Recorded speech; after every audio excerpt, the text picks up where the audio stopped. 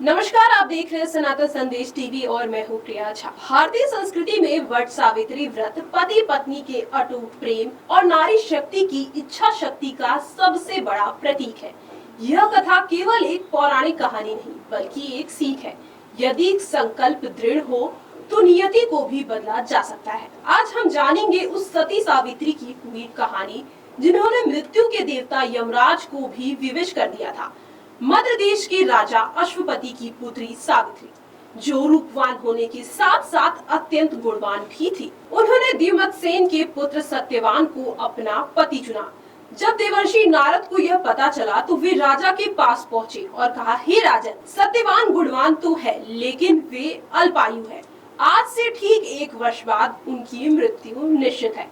राजा विचलित हो गए। उन्होंने पुत्री को समझाने की कोशिश की, लेकिन सावित्री ने अडिग होकर कहा, पिताजी, आर्य कन्याएं अपनी पति एक ही बार चुनती हैं।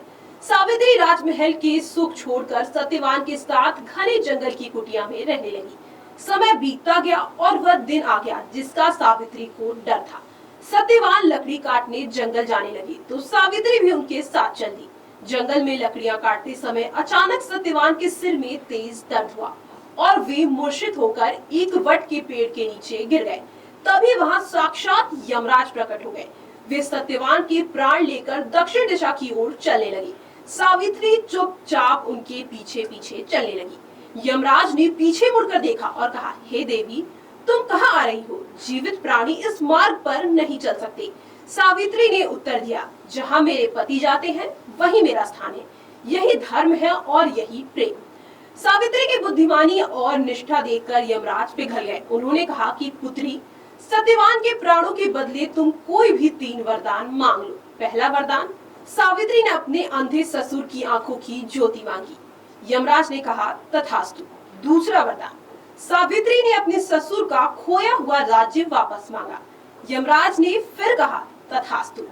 अब तीसरे वरदान की बारी थी। सावित्री ने बड़ी विनम्रता से कहा, प्रभु, यदि आप मुझ पर प्रसन्न हैं तो मुझे 100 पुत्रों की यशस्वी माता होने का वरदान दें।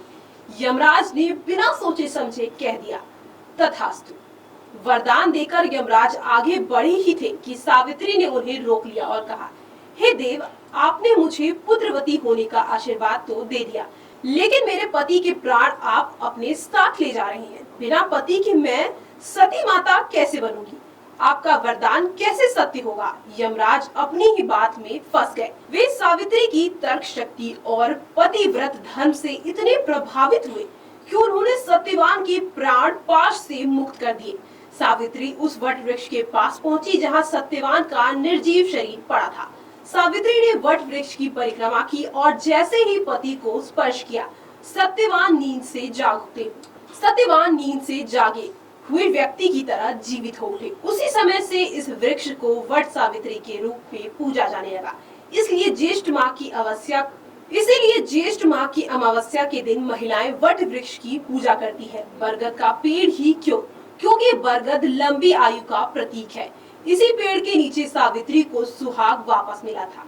कच्चा सूत, यह कच्चे धागे का अटूट बंधन है जो पति पत्नी के रिश्ते को सुरक्षित रखता है। यह व्रत हमें सिखाता है कि सच्ची श्रद्धा और प्रेम से हम असंभव को भी संभव बना सकते हैं।